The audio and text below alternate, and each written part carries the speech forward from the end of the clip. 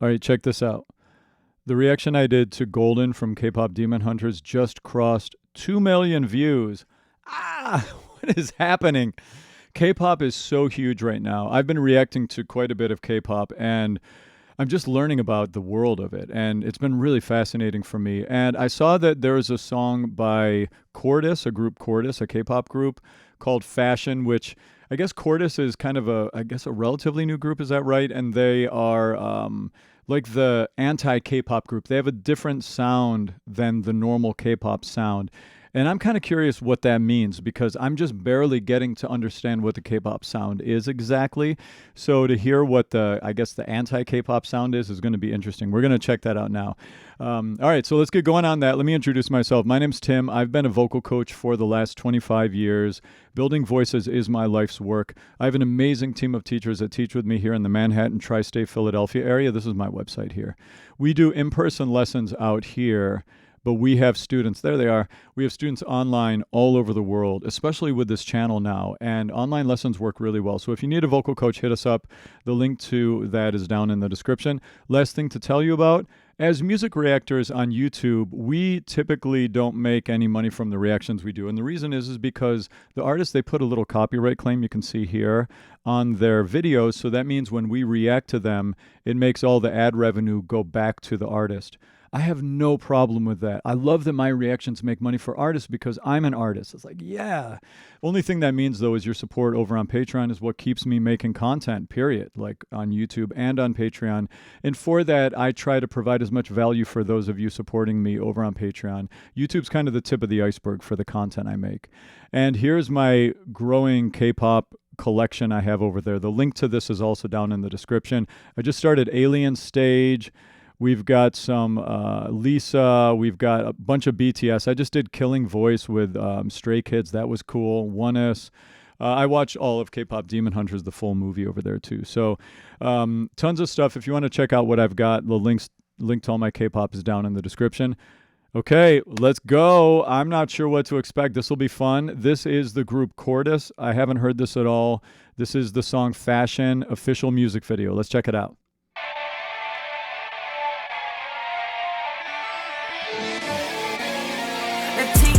Ooh.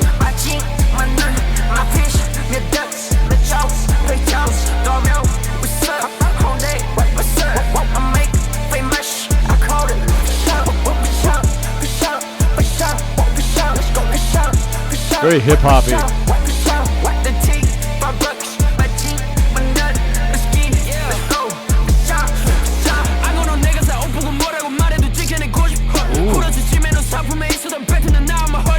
It's hard.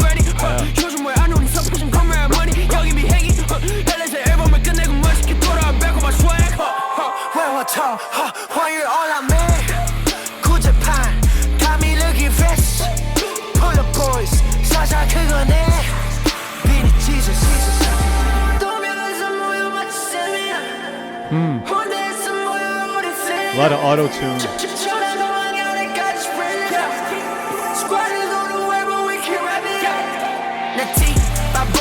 All right, let's stop for a second and talk about it. Da da da da da da. I like that phrasing. Da da da da. There's kind of that 1, 2, 3, 4, ba ba ba ba. There's like that pickup and then accent on the beat. It's really an interesting kind of phrasing choice. Boom boom. It's kind of cool. Very cool. Interesting. Very auto-tuney. You know, it's like it's got a vibe. What it reminds me of, it sounds very like, kind of like. Organic indie sort of like American hip hop, like kind of like raw American hip hop, you know. It's got this like, I don't know, that's just where my mind is going with it. That sounds a little like The Weeknd right there too. Feels very like The Weeknd there, but yeah, this feels like American hip hop. It's got that trap set, you know, the. Oh, I don't have my sounds on my machine. I have like a little setup here. You can kind of, I need to turn up. Anyway, I'm not going to deal with that now. But you can like, so the thing with like traps that you hear me talk about it all the time. As soon as it's like, it's all that like ticky hi-hat.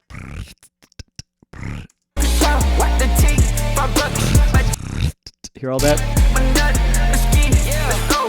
It's badass. I like this sort of. I like the flow and the vibe. It's got a lot of sort of hypey vibe, sort of. Yeah.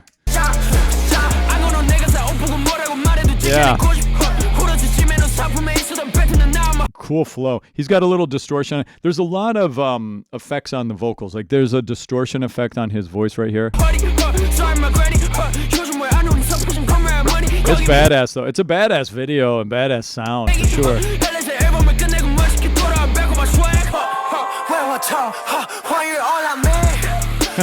Nice. I like that fresh. Woo, woo. You hear those little extra sounds there.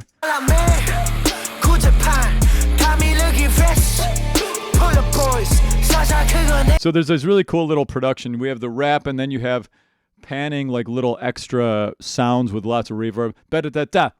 You know? Here, listen. Check out this stuff with headphones, especially K-pop.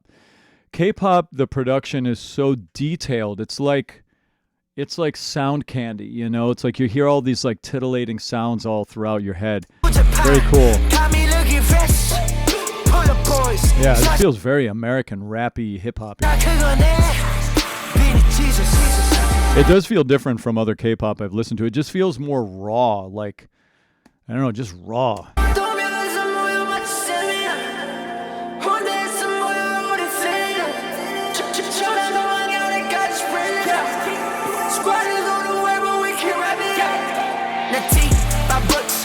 Yeah.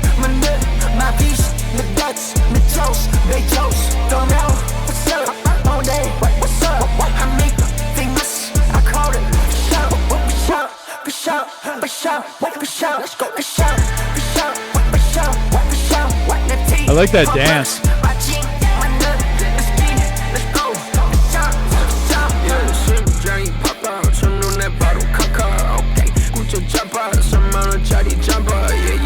I like his voice. You hear the vocal fry. He's doing some of that. I like that tone he's using on his voice. So that's vocal fry. On the channel, I talk all the time about the difference between vocal fry and false chord grit. Vocal fry is that low, gurgly, metallic-y, that sound, which is different from false chord grit. Yeah, that's false chord grit. False chord grit you can have during the holding of a note.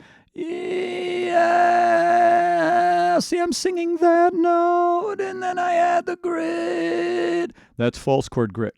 Vocal fry, you can't do that because the vocal cords, the vocal folds chords, same thing, are used in the sound of vocal fry. So as soon as I go to a normal sound, vocal fry goes away. That's how you can kind of tell the difference between vocal fry and false chord grit. Also, vocal fry is usually like when someone is singing low. That's like a vocal fry technique thing. He's doing that right here. It sounds really cool.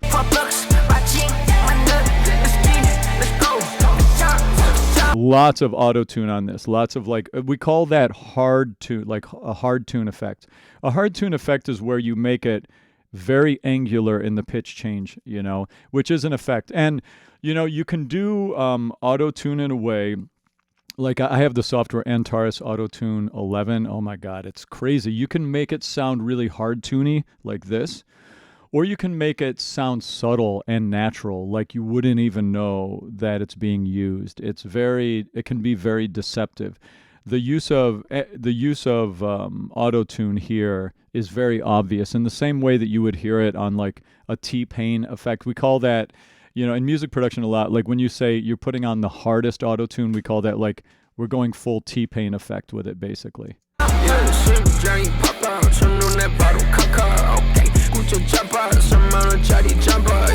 That sounds like it's got just distortion on. This doesn't, in the rap part, it doesn't sound auto-tuned, at least right here. Oh, take that back. That was auto-tune right there. You could hear the little, auto-tune has like a little, it has like, when you change pitch quickly, you can hear it makes a weird little digital artifact sound you can hear.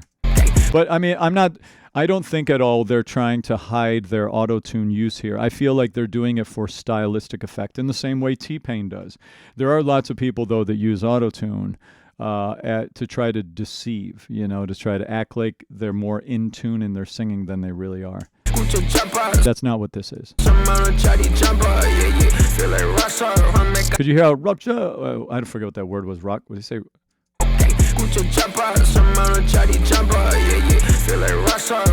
Right there, that little down, you can hear it kind of has that digital artifact sound. I don't know what that word was.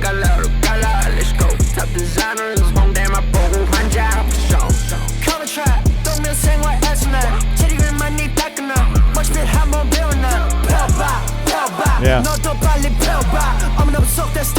They're great. They have like an edgy vibe to them in this video. The black leather, the strong dancing, like they've got like this edgy, tough, sort of strong vibe. Sounds like The Weeknd. You hear all the reverb? So we've got this hard auto-tune, and then we've got a lot of reverb too, so it gives it that, man, it's just, my mind goes to The Weeknd.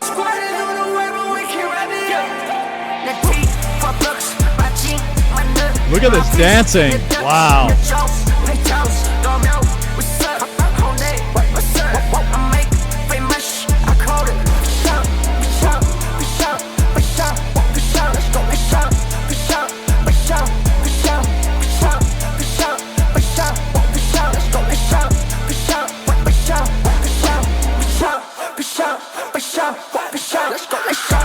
Oh, that was cool. I like that.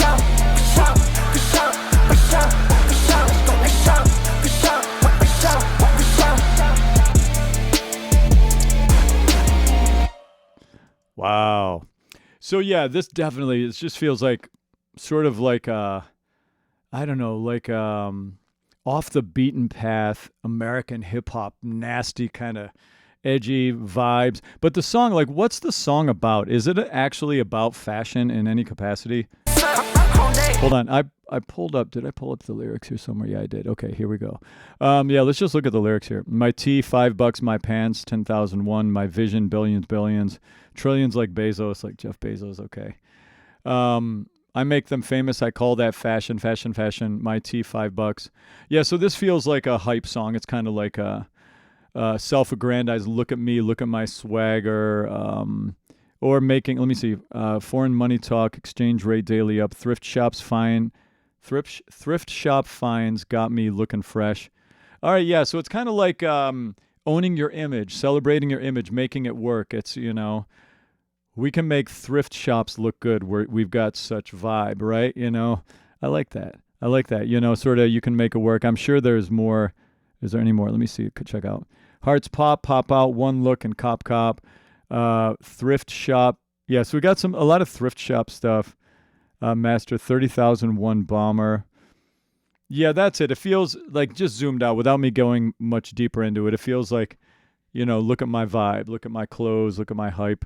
Cool song. I didn't really get a sense of being able to, as a vocal coach, break them down too much because of the, it's a lot of vocal effects processing on it, but the guys seem cool. They seem like they're killer dancers. They've got a cool vibe to them.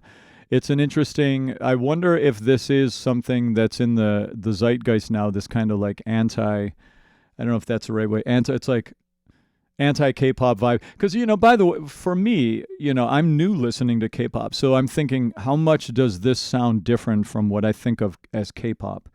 And it does sound a little different, I have to be honest. I mean, K-pop for me has been using a lot of the trap set sounds, and even in K-pop Demon Hunters and a lot of the artists I've listened to, they go into like that trap set. There's a lot of that sound used in K-pop, and they're using that here. The thing that's different is, I guess, it's kind of I don't hear a lot of hard auto-tune in K-pop, and I definitely hear some really like studio vocals really produced in K-pop, really meticulously produced, but I don't hear like almost like that hip-hop style T-Pain American style hip-hop auto-tune use as much. At least I haven't yet, but I'm pretty new to K-pop, so I don't know. Is it true that aspect of it, if you're a hardcore K-pop fan, is it true that that hard toony thing is not really a big K-pop thing, and that's what I'm hearing, which makes it not sound as K-poppy. Let me know what you think. Also, one other thing about it too, which I didn't talk about, is the song form. It doesn't follow traditional like verse, chorus, verse, pre-chorus, chorus type of a vibe. I don't even know what the chorus was exactly of the song as I think about it. So maybe that's one of the ways also that it's very not K-pop. It just doesn't have traditional song form, like contemporary commercial music song form into my ear, right? So it felt like a cool vibe. Anyway, you guys got to let me know down in the comments you are taking me on this adventure. So let's do it. And also, too, like I said, if you want to come check out some of my other stuff, I have some awesome people supporting the channel over who are K-pop, hardcore K-pop fans, leading this charge. So if you want to influence me, the link to my K-pop collection right here is all down in my description. Okay, so I'll see you in my next one. Oh wait, I've got a couple more here too to show you. Yeah, Baby Monster. Let's see what else we have. Anyway, all right. I'll see you in my next one. Cheers. Thanks so much for watching. And subscribe on the YouTube if you like this video. There will be more K-pop on YouTube as well. Cheers.